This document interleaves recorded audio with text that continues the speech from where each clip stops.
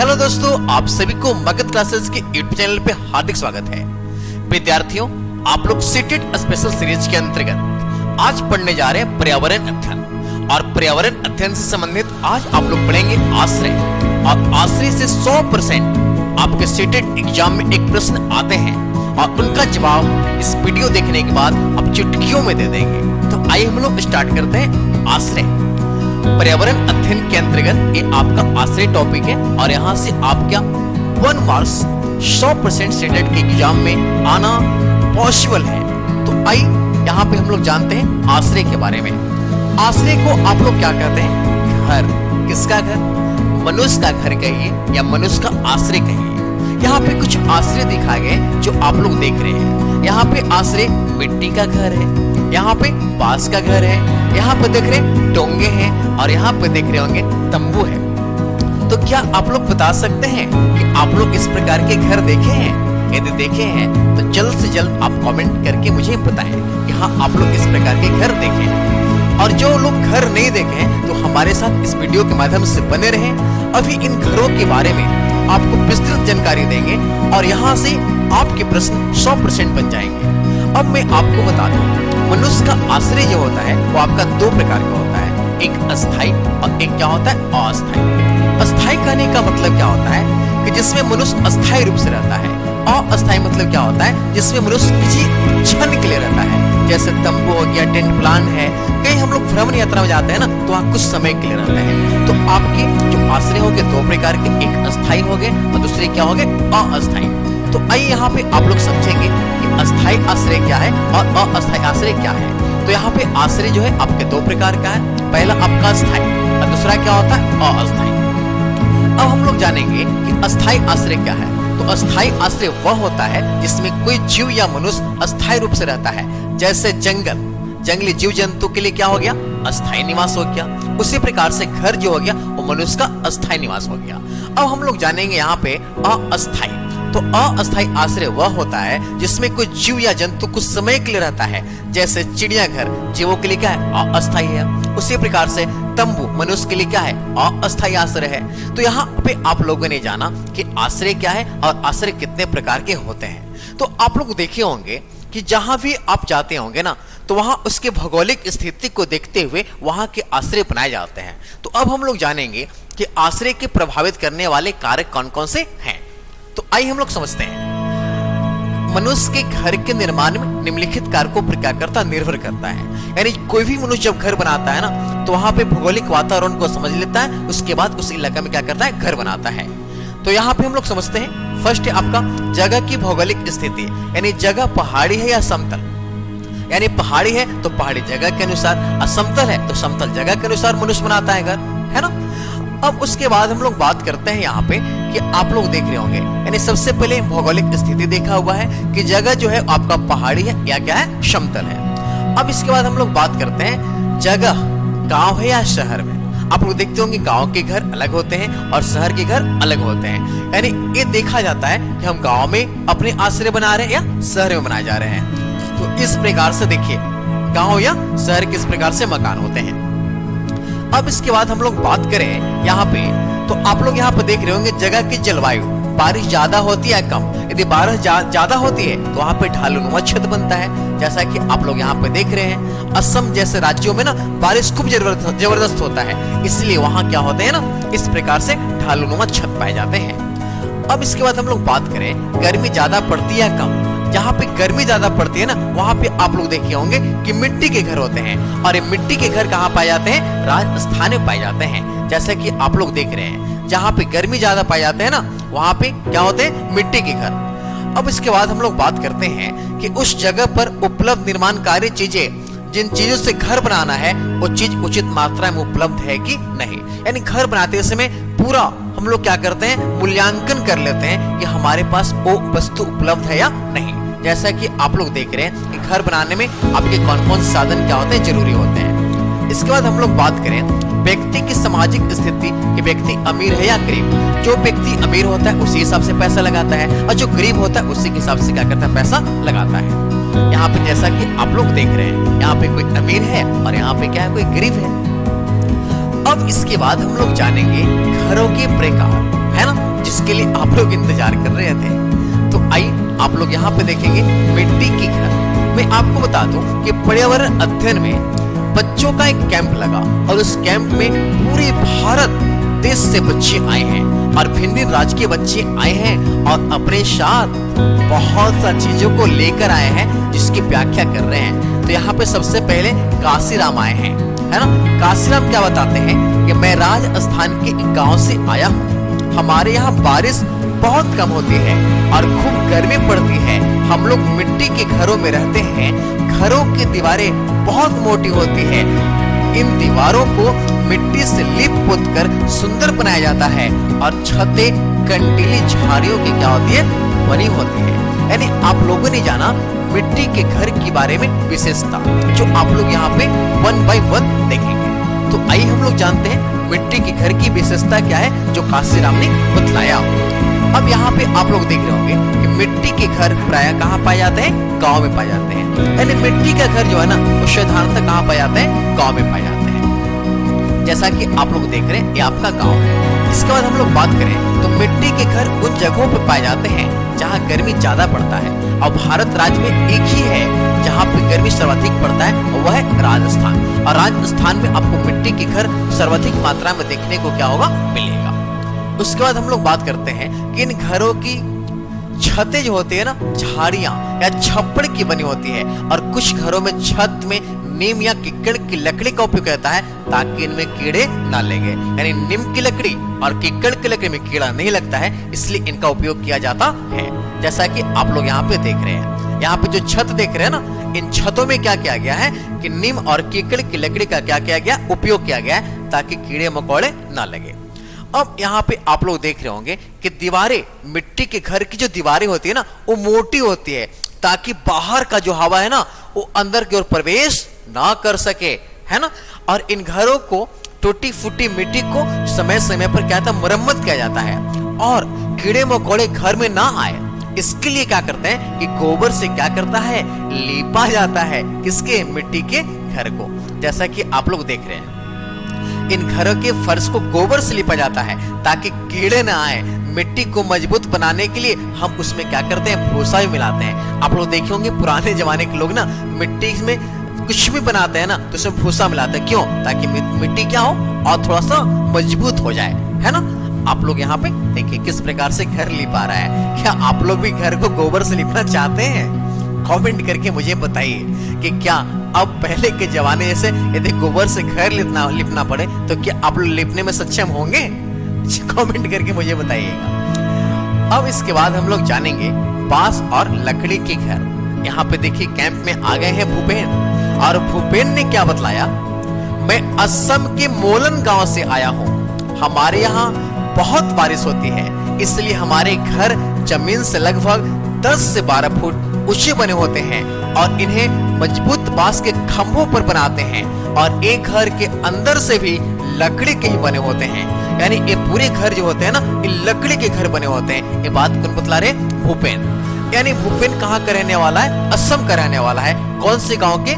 मोलन गांव का रहने वाला है। और एक किसकी विशेषता बतला रहा है? तो लकड़ी के घर के। तो आई इन विशेषताओं को 1 by 1 हम समझते हैं। यानी बांस और लकड़ी के घर, बांस और लकड़ी के घर।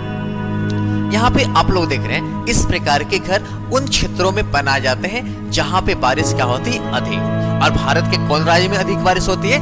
असम जैसे राज्यों में।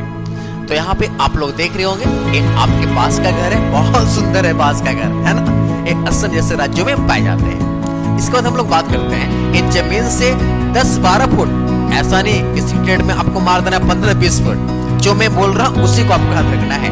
इन जमीन से 10-12 फुट ऊंचे बांस के मजबूत खंभों बनाए जाते हैं ताकि बाढ़ आने पर इन्हें कोई नुकसान ना हो, है ना। और उसके बाद यहाँ पे आप लोग देखिए फिगर को, इस प्रकार से बिल्कुल मजबूत बांस में क्या किया गया, बनाया गया है। इसके बाद भारत के असम जैसे राज्य जहाँ बारिश बहुत होती है वहां पे इस प्रकार के घर बृहद मात्रा पर देखने को मिलता है। यानी जहाँ पे बारिश होता है वहां पे घर देखने को मिलता है और वहां का घर जो होता है कैसा होता है, ढालनुमा होता है ताकि पानी पड़े तो मिट्टी क्या हो जाए, पानी पड़े तो मिट्टी को कोई नुकसान ना पहुंचे। सॉरी पानी पड़े ना तो क्या बोल रहे हैं कि आराम से पानी ढालनुमा छत के सहारे क्या हो जाए, नीचे गिर जाए। यहाँ पे मिट्टी की बात नहीं थी, तो गलती हो गई। यानी पानी जो पड़ेगा ना, ढालनुमा छत इसलिए बनाया जाता है ताकि पानी पड़े तो पानी क्या होगा, नीचे गिर जाए। अब इसके बाद हम लोग बात करते हैं, अब आई चमेली। कौन आई? चमेली। अब चमेली की बारी आई और चमेली ने क्या कहा, कुछ नहीं, मैं मनाली से आई हूँ, जो एक पहाड़ी इलाका है। यानी मनाली जो है वो आपके हिमाचल प्रदेश में है और पहाड़ी इलाका है। हमारे यहाँ बारिश बहुत होती है और बर्फ भी पड़ती है। जब ठंडा ज्यादा हो जाती है तब धूप में बैठना अच्छा लगता है और हमारे यहाँ मकान पत्थर और लकड़ी के बनते हैं। यानी अब आप लोग यहाँ पे जानेंगे पत्थर और लकड़ी के घर के बारे में। तो यही समझिए, पत्थर और लकड़ी के घर। तो इस प्रकार के घर कौन से इलाके में पाए जाते हैं? पहाड़ी इलाके में। यानी पत्थर और लकड़ी के घर यदि पूछा जाएगा तो कौन से इलाके में? पहाड़ी इलाके में। अब इसके बाद देखिए यहाँ पे कितना सुंदर है आपके पत्थर और लकड़ी का घर। देख रहे हैं ना, बहुत सुंदर है पत्थर और लकड़ी का घर। इसके बाद हम लोग बात करते हैं, इन इलाकों में बारिश भी होती है और बर्फ भी पड़ती है। इसलिए अब बताइए, बारिश भी पड़ेगी अब बर्फ भी पड़ेगी तो छत कैसा होगा? ढाली नुमा। यानी यहाँ के छत कैसा बनाए जाते हैं? ढालू नुमा बताए जाते हैं, ताकि बर्फ और पानी दोनों क्या हो जाए, गिर जाए, जैसा कि आप लोग यहाँ पे देख रहे हैं। अब यहाँ पे हम लोग बात करते हैं कि इन घरों की छत ढालवा होती है ताकि बारिश की पानी और बर्फ नीचे गिर जाए, और कहीं कहीं तो छत समतल होता है। और लद्दाख के चांगपा जनजाति के लोग होते हैं ना, वो समतल छतों पे ना अपने सब्जियां वगैरह सुखाने का क्या करते हैं, काम करते हैं। अब इसके बाद हम लोग बात करते हैं थोड़ी सी और विशेषता। लद्दाख के लोग अपने घरों की समतल छतों का उपयोग फसल, सब्जी आदि सुखाने में करते हैं, है ना। यहाँ पे देख रहे हैं, जहाँ पे भी समतल है ना, उसका उपयोग करते हैं सब्जी उब्जी को सुखाने में। अब पत्थरों के घर पर चुनने की पुताई होती है। किसकी पुताई होती है? चुनने की। क्यों? ताकि कीड़े मकोड़े ना लगे, ताकि कीड़े मकोड़े ना लगे। और यह घर एक मंजिले होते हैं या दो मंजिले। लद्दाख के लोग अपने घर के निचली मंजिला को सामान रखने के लिए, जानवर रखने के लिए उपयोग करते हैं, और दो मंजिला पर क्या करते हैं, रहते हैं। कहाँ के लोग? लद्दाख का। जैसा कि आप लोग यहाँ पे देख रहे हैं, यानी लद्दाख के जो लोग हैं ना, वो एक मंजिला पे नहीं रहते हैं, उसमें जानवर को रखते हैं, और दो मंजिले पे वो खुद रहते हैं। अब इसके बाद हम लोग बात कर लें तो इस प्रकार के घर जम्मू कश्मीर और आपको हिमाचल प्रदेश में देखने को मिलेगा। कैसा घर? पत्थर या लकड़ी का घर, है ना। अभी चमेली कहाँ से आई थी? मनाली से। यानी आपको पत्थर या लकड़ी का घर कहाँ देखने को मिलेगा? जम्मू कश्मीर और हिमाचल प्रदेश। अब इसके बाद हम लोग बात करते हैं बर्फ का घर। बर्फ का घर जिसे आप लोग क्या बोलते हैं? इग्लू। आप लोग समझ रहे, बर्फ का घर, बिल्कुल सही सुन रहे हैं, बर्फ का घर भी होता है। देखिए, बर्फ का घर क्या होता है कि यह बर्फीले क्षेत्रों में पाया जाता है, जहां भरपूर मात्रा में बर्फबारी होता है। और इस प्रकार से देखिए, यह गुंबद के आकार का होता है और इसका प्रवेश द्वार बहुत छोटा होता है, ताकि बर्फीली हवा अंदर की ओर प्रवेश ना कर सके। देखिए किस प्रकार से बर्फ का घर होता है ना। एक गेट जो देख रहे हैं ना, बहुत छोटा है, और इसका आकार क्या है? गोल गुंबद की तरह है। और इसमें एक विशेष प्रजाति रहता है, एक्सिमो प्रजाति के लोग रहते हैं, जो क्या करते हैं? शिकार करते हैं। और जब इनका शिकार करना समाप्त हो जाता है तो यहाँ से चले जाते हैं दूसरे स्थान पे। अब हम लोग यहाँ पे देख रहे हैं कि बर्फ की दीवारों के बीच मौजूद हवा अंदर की गर्मी को बाहर जाने से क्या करता है? रोकता है। यानी ऐसा नहीं समझिए कि बर्फ गिर तो उसमें ठंडा लगेगा, उसमें भी आपको गर्म लगेगा, क्योंकि बर्फ की दीवारों के बीच जो मौजूद हवा है ना, वो अंदर की गर्मी को बाहर जाने से क्या करता है? रोकता है। जैसा कि आप लोग यहाँ पे देख रहे हैं, बाहर जाने से क्या करता है? रोकता है ना। कितना अच्छा है बर्फ का घर, है ना। अब इसके बाद हम लोग बात करते हैं इसकी और विशेषता का। यह बर्फ के टुकड़े का ब्लॉक्स को जोड़-जोड़ कर बनाया जाता है, और यह एस्किमो शिकारियों का अस्थायी निवास है। और एस्किमो शिकारी क्या है ना, वो शिकार करने के लिए बर्फीले इलाकों में जाते हैं और इस प्रकार के घर बनाते हैं। जैसा कि आप लोग यहाँ पे देख रहे हैं, यहाँ पे जो लोग हैं ना, ये आपके एस्किमो प्रजाति के क्या है? शिकारी हैं, जो बर्फ के घर में रहते हैं, और इन्हें क्या बोलते हैं? इग्लू। तो क्या आप लोग समझे कि बर्फ के घर कहाँ पाए जाएंगे? बर्फीले इलाकों में, और इन्हें बोलते हैं क्या? इग्लू। और इसमें कौन प्रजाति के लोग रहेंगे? एक्सकिमो प्रजाति के लोग रहेंगे। अब इसके बाद हम लोग चर्चा करते हैं हाउसबोट। हाउसबोट आप लोग सुने हैं? बिल्कुल सुनोगे। हाउसबोट कहाँ आपको देखने को मिलेगा? जम्मू कश्मीर जैसे राज्यों में आपको हाउसबोट देखने को मिलेगा। हाँ, तो अब यहाँ पे आप लोग समझ रहे हैं यह लकड़ी का घर होता है जो हमेशा पानी में तैरते रहता है, और इन घरों में लकड़ी पर खूबसूरत नक्काशी क्या हो रहता है, जिसे हम लोग क्या बोलते हैं, हाउसबोट बोलते हैं। जैसा कि यहाँ पे आप लोग देखिए हाउसबोट है। हाउसबोट के बारे में मैंने क्या बताया कि लकड़ी का घर होता है जो हमेशा पानी में तैरते रहता है, और इस पर लकड़ी का खूबसूरत नक्काशी होता है। किसमें? हाउसबोट में। और यदि हाउसबोट को देखना है तो आपको कहाँ जाना पड़ेगा? जम्मू कश्मीर जाना पड़ेगा। अब इसके बाद हम लोग बात करें, ये जो हाउसबोट होते हैं ना, ये आपके 80 फुट तक लंबे हो सकते हैं। समझ लीजिए। अब आप लोग इसे बतलाइए कि 80 फुट लंबे हैं तो कितने मीटर लंबे होंगे? जल्दी से आप लोग कमेंट करके मुझे बताइए। इसके बाद हम लोग बात करें तो ये जो आपके हाउसबोट होते हैं ना, ये आपके पर्यटकों के लिए होते हैं। यदि हम लोग जाएंगे ना तो इसमें बैठकर खूब मजे लेंगे, खूब आनंद उठाएंगे, है ना। ये हम ही लोग के लिए है। जैसे हम लोग जैसे जो भी वहां पे पर्यटक जाते हैं ना, इसमें बैठकर क्या करते हैं, घूमते हैं और इसका आनंद उठाते हैं। हाउसबोट कश्मीर में और कहां पाए जाते हैं? केरल में पाए जाते हैं। यानी हाउसबोट ज्यादातर आपके कश्मीर में और इसके अलावा केरल में पाए जाते हैं। अब यहाँ पे आप लोग समझिए, कश्मीर के हाउसबोट की छतों पर, यानी कश्मीर के जो हाउसबोट की छतें होते हैं ना, उन पर लकड़ी का नक्काशी पाया जाता है, जिसे खत्म बंद कहते हैं। यानी जम्मू कश्मीर में जो आप हाउसबोट देखेंगे ना, उनके छतों पर भी नक्काशी किया हुआ रहेगा, जिन्हें हम लोग क्या बोलते हैं, खत्म बंद करते हैं। तो आप लोग देखिए और भी हाउसबोट का ये फिगर कितना खूबसूरत नक्काशी किया हुआ है। और एक खूबसूरत नक्काशी आपको देखने को कहाँ मिलेगा? जम्मू कश्मीर में मिलेगा। तो आप लोग यहाँ पे देख रहे हैं क्या? हाउसबोट के बारे में। अब यहाँ पे आप लोग जानिए, जब जम्मू कश्मीर जाएंगे ना तो वहाँ पे डल झील है, और डल झील में आप किस पे घूमेंगे? शिकारे पे घूमेंगे। यानी यात्री डल झील के शिकारे में घूमने का मजा उठा रहे हैं। यानी शिकारे कहाँ चलता है? डल झील। और कहाँ है? जम्मू कश्मीर है। उसके अलावा आप लोग यहाँ पे देखिए, ये जो देख रहे हाउसबोट है, और यहाँ पे देखिए डल झील में कुछ बच्चे लोग जो है चापू भी चला रहे हैं, और चापू चलाकर खूब आनंद उठा रहे हैं। तो आप लोगों ने क्या जाना कि आपके जम्मू कश्मीर में शिकारे, हाउसबोट, और यहाँ पे लोग मस्ती करने के लिए क्या चले हैं? चापुए चलाएं। यहाँ पे कुछ एनसीईआरटी की बातें जो हम पढ़ते हैं। इसी तरह का सभी टोलियों ने अपने अपने घरों के बारे में बताया। परिचय देने के बाद रंगारंग कारज हुआ। मैंने बताया कि कैंप लगा, रंगारंग कारज हुआ। बच्चों के तरह तरह के नाच किए, अपनी अपनी भाषा में लोकगीत सुनाए, और सबने इलायची और बादाम डाला हुआ कहवा का चाय पिया। क्वेश्चन आता है कि इलायची और कहवा का चाय कहाँ मिलता है? तो जम्मू कश्मीर में। और बहुत मजा आया।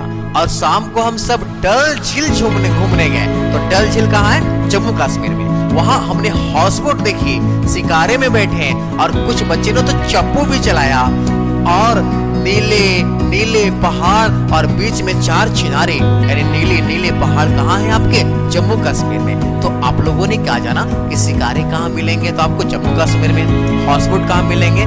जम्मू कश्मीर में। तो आप लोग यहाँ तक जाने कि हाउसबोट और शिकारे के बारे में। अब इसके बाद हम लोग जानेंगे डोंगा। डोंगा क्या होता है? तो डोंगा आपका जो होता है ना, ये आपके जम्मू कश्मीर में ही चलते हैं, और इस डोंगे में ना आपके वहां के स्थानीय लोग रहते हैं। कहाँ के? जम्मू कश्मीर के। यानी कश्मीर में पाए जाने वाली नक्काशी रहित हाउसबोट है। यानी इस पर कोई खूबसूरत नक्काशी किया हुआ नहीं रहता है। और वहाँ किस पर कहाँ के लोग रहते हैं? स्थानीय लोग रहते हैं। जैसा कि आप लोग यहाँ पे देखिए, ये आपका डोंगे है, जिसमें क्या करते हैं? वहाँ के स्थानीय लोग रहते हैं, जिसे आप लोग क्या बोलते हैं? डोंगा। इसके बाद आप लोग एक बात और समझ लीजिए डोंगा के बारे में। इसमें अलग अलग कमरे होते हैं, और उस कमरे में वहाँ के स्थानीय लोग क्या करते हैं? आराम करते हैं। देखिए इसमें आपके अलग अलग क्या है? कमरे हैं, और यहाँ के स्थानीय लोग क्या करते हैं? आराम करते हैं। यानी डोंगा और हाउसबोट में एक ही फर्क है कि इसमें नक्काशी नहीं होता है और हाउसबोट में नक्काशी होता है। ये आपका फर्क है। और दोनों कहाँ चलते हैं? तो आपके जम्मू कश्मीर में चलते हैं, है ना। यानी कश्मीर में पाए जाने वाली नक्काशी रहित हाउसबोट कौन है? डोंगा। और नक्काशी जिसको होगा उसे आप लोग क्या बोलेंगे? हाउसबोट। अब हम लोग इसके बाद बात करते हैं टेंट। जैसा कि आप लोगों ने सुना, आप लोग टेंट प्लान कभी लगाए हैं? बिल्कुल लगाए होंगे। जिस टेंट की मैं बात कर रहा हूँ उसी टेंट को आप लोग लगाए होंगे, कहीं भ्रमण यात्रा पर गए होंगे तो यहाँ पे आप लोग समझेंगे कुछ एनसीईआरटी की कड़ियां हैं जो आप लोग यहाँ पे देख रहे हैं। यहाँ पे पट्टियां 9 डंडियों के सहारे जमीन से बंधी थी। टेंट लगाने से पहले जमीन में 2 फुट गड्ढा खोदते हैं, फिर गड्ढे के पास ऊंची जमीन पर टेंट लगाते हैं। टेंट में घुसने पर मैंने पाया खूब ऊंचा था और मैं आराम से सीधा खड़ा हो सकता है। अपने टेंट में मैं ऐसा नहीं कर पाता। रेबो के अंदर मेरे मुंबई वाले फ्लैट के एक कमरे जितना बड़ा था, 2 लकड़ी के बड़े बड़े डंडों के सहारे खड़ा था। रेबो के बीचों बीच एक खुला छेद था और वहां से चूल्हे का धुआं बाहर निकलता है। समझ लीजिए, उसमें एक बीच में छेद भी होता है जिससे धुआं क्या होता है, बाहर निकलता है। ऐसा नहीं कि धुआं अंदर ही चला जाता है। इसके अलावा ये जो आप जो रेबो देख रहे हैं ना, ये आपको डिजाइन जो है ना, इन्होंने बताया कि 1000 साल से भी पुराना है और इसमें एक विशेष प्रजाति के लोग रहते हैं जिनका नाम है चांगपा। और चांगपा प्रजाति कहाँ पाए जाते हैं? आपके लद्दाख में। और ये किस में रहते हैं? आपके लद्दाख के बर्फीली इलाकों में रहते हैं और वहां स्थानीय लोग जाते हैं ना घूमने, तो इनके साथ जब इनको देखते हैं ना, तो वो भी वहां पर रहने लगते हैं और मस्ती करने लगते हैं। लेकिन इधर के जब बाहर के लोग जाते हैं ना, तो 2-2.5 घंटा में बोरिया बिस्तर बांध कर चले आते हैं। वो इनको देखने पे मजबूर जाते हैं कि आखिर ये लोग रहते हैं क्यों। तो इन लोगों का जो टेंट होता है ना, ये याक का बाल का होता है जो काफी गर्मी प्रदान करता है। और इस विशेष जानकारी को आप लोग देखिए टेंट के बारे में। टेंट जिसे आप लोग रेबो भी कहते हैं, यह लोगों का कैसा निवासी है? तो आप बोलेंगे क्या? अस्थायी निवास है। यानी टेंट जो है ना, ये लोगों का कैसा निवास है? अस्थायी। इससे पहले जो था आपका क्या था? मिट्टी का घर क्या था? अस्थायी था। उसके बाद मैंने आपको क्या बतलाया? बांस का घर क्या था? अस्थायी था। यहाँ पे अब आप लोग टेंट देख रहे हैं, तो एक ऐसा निवास है अस्थायी। इसके बाद हम लोग बात करें कि कहीं कहीं टेंट कपड़ों के ही बने होते हैं। बिल्कुल, आप लोग कहीं कहीं देखोगे तो टेंट कपड़ों के बने होते हैं, जैसा कि आप लोग देख रहे हैं। इसके बाद हम लोग बात करते हैं तो यह अलग अलग क्षेत्रों में अलग अलग पदार्थों से बनता है। कौन? टेंट। अब यहाँ पे आप लोग देख रहे होंगे कि शहर के गरीब लोग होते हैं ना, जो प्लास्टिक का टेंट डाल लेते हैं, इस प्रकार का, है ना। यानी प्लास्टिक का टेंट शहर के गरीब लोग भी डाल देते हैं। और जो आपकी जो कहने का अर्थ हिमालय पहाड़ पर या बर्फीले इलाकों में जो भी जाते हैं ना, वो 2 टह वाले प्लास्टिक टेंट ले आते हैं अपने साथ। पर्वतरोही के टेंट 2 तह वाली प्लास्टिक शीट से बनते हैं ताकि ठंड ना लगे। अब उसके बाद आप लोग यहाँ पर देख रहे हैं लद्दाख के चंगपा जनजाति के लोग याक के बाल की पट्टियां से टेंट बनाते हैं, जिन्हें क्या कहते हैं? रेबो। जिस टेंट को मैंने अभी आपको दिखलाया, इन्हें क्या बोलते हैं? रेबो। और एक विशेष प्रजाति के लोग बनाते हैं। कौन बनाते हैं? आपके चंगपा प्रजाति के लोग बनाते हैं। तो आप लोगों ने जाना रेबो के बारे में, जिससे आप लोग क्या बोलते हैं? टेंट बोलते हैं। अब यहाँ पे हम लोग जानेंगे ऊंची ऊंची इमारतें। तो ऊंची ऊंची इमारतें आपको देखने को कहाँ मिलेगा? आपके दिल्ली शहर में देखने को मिलेगा, जैसा कि एनसीईआरटी कहता है। मिताली और अनुज दिल्ली से आए हैं। इन्होंने सबको दिल्ली की तस्वीर दिखाई। एक तस्वीर में ऊंची ऊंची इमारतें को देखकर भूपेन बोला, अरे इतने ऊंचे मकान, इनके ऊपर तक कैसे चढ़ते होंगे? तो इसका जवाब क्या मिला, जो आप सुनिए। उत्तर: बहुमंजिले मकानों में ऊपर चढ़ने के लिए लिफ्ट का इस्तेमाल किया जाता है, ना कि सीढ़ियों का। यानी जो बहुमंजिला मकान होते हैं ना, उसमें सीढ़ी तो टेम्पोररी लगा ही होता है, लेकिन ज्यादा यूजफुल कौन होता है? तो लिफ्ट। यानी दिल्ली में आप जब जाएंगे ना बड़े बड़े मकानों में, तो वहाँ लिफ्ट लगे होंगे। इसके अलावा आप लोग देखिए, दिल्ली भारत की राजधानी है। दिल्ली और उसके जैसे बड़े शहरों में गांव और कस्बों के लोग को काम की तलाश में आना पड़ता है। ये लोग अक्सर शहर में ही बस जाते हैं। यहाँ रहने वाले लोग ज्यादा हैं और जगह कम है। बहुत लोगों के पास मकान नहीं होते हैं, उन्हें झुग्गी झोपड़ियों में रहना पड़ता है। और कई लोगों को पास ये भी नहीं, वहाँ के कुछ लोग ऐसे होते हैं जो फुटपाथ सड़क पे ही क्या करते हैं? सो जाते हैं। वाकई शहरों में घर की बहुत किल्लत है, बहुत समस्या है। इसलिए जब आपकी नौकरी होगी ना, तो आप शहर में एक मकान बनाएंगे और सपनों के दुनिया में आप रहेंगे और बिल्कुल अस्थायी निवास आपको होगा। तो विद्यार्थियों, आप लोगों ने यहाँ पे पढ़ा क्या? आवास के बारे में। यदि आपको हमारा ये पढ़ाई की वीडियो अच्छा लगता है, तो आप अपने दोस्तों के पास शेयर करें, कमेंट करें और दोस्तों के पास जरूर बताएं। ये दिए गए व्हाट्सएप नंबर पे आप जुड़ सकते हैं। और मैं आपको बता दूं, मगध क्लासेस निरंतर आपको ऑफलाइन और ऑनलाइन बैच प्रारंभ करने जा रहा है, जिसके माध्यम से आपको यदि फुल ऑनलाइन कोर्स चाहिए तो आपको ऑनलाइन पेड कोर्स में नामांकन लेना होगा और ये दिए गए नंबरों पे आप संपर्क कीजिए और जल्द से जल्द संपर्क करें, तभी आपको ऑनलाइन और ऑफलाइन दोनों बैच मिलेंगे। और हमारे यहाँ पढ़ने के बाद 100% आपको रिजल्ट होगा, यह हमारा दावा है। आप हर दरबार में बार बार गए होंगे, लेकिन मगध क्लासेज में आप एक बार आइए और अपनी सफलता का जो आपके अंदर जुनून है ना, उसको यहां से आप पाकर जाएंगे। नमस्कार विद्यार्थियों।